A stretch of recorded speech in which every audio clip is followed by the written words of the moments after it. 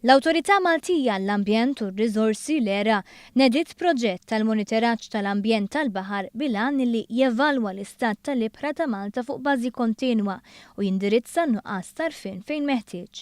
Dan il-proġett huwa parti finanzjat mill-Fond Ewropew għall-Affarijiet Marittimi u s-Sajd u mistenni laħħaq l-4 miljun euro.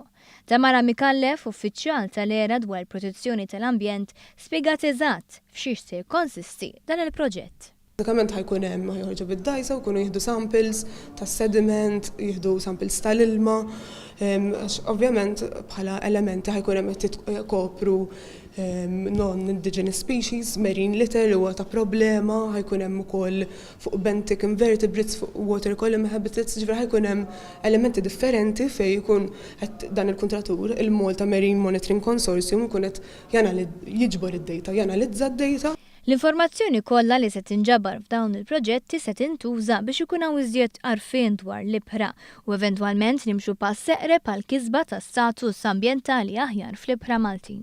Dan għaliex l-ibħra Maltin qed jaffaċċjaw pressjonijiet li qegħdin dejjem jiżdiedu minn attivitajiet tal-bniedem u li qed iwasslu għal pressjoni. Data li tkun qed tinġabar u d-data li hemm diġà nġabret, għax ovvjament dak ma jistax jintelef, jidħol fid-database. U mbagħad nkunu nistgħu nagħmlu assessment tal-environmental status u proposals tal-environmental targets. U fl-aħħar mill-aħħar nkunu rridu naħdmu għal maniġjar effettiv tal-attivitajiet li qed isiru fuq il-baħar u wkoll ta' good environmental status fil-ibħra Maltin.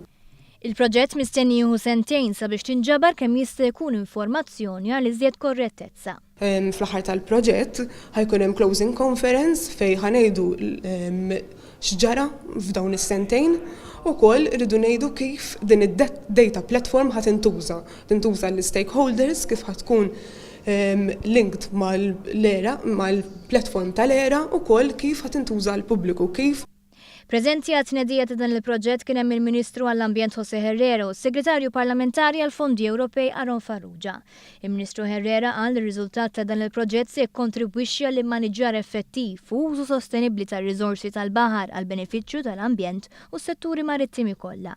Is-Segretarju Parlamentari Farrugia qal li l-fondi miksuba għal dan il-proġett se jgħinuna fl-implementazzjoni tal-obbligi ta' Malta fis-settur tal-baħar.